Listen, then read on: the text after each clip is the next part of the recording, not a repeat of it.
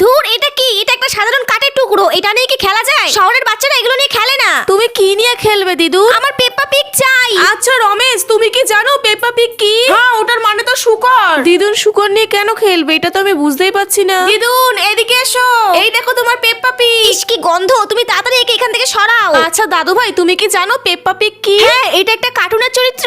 গোলাকার মাথা, লম্বা নাক, এটা দিয়েই বানিয়ে দিই। আরে দাদি, তুমি কি বোকা? দেখো, পেপ্পা পিগ ঠিক এরকমই দেখতে।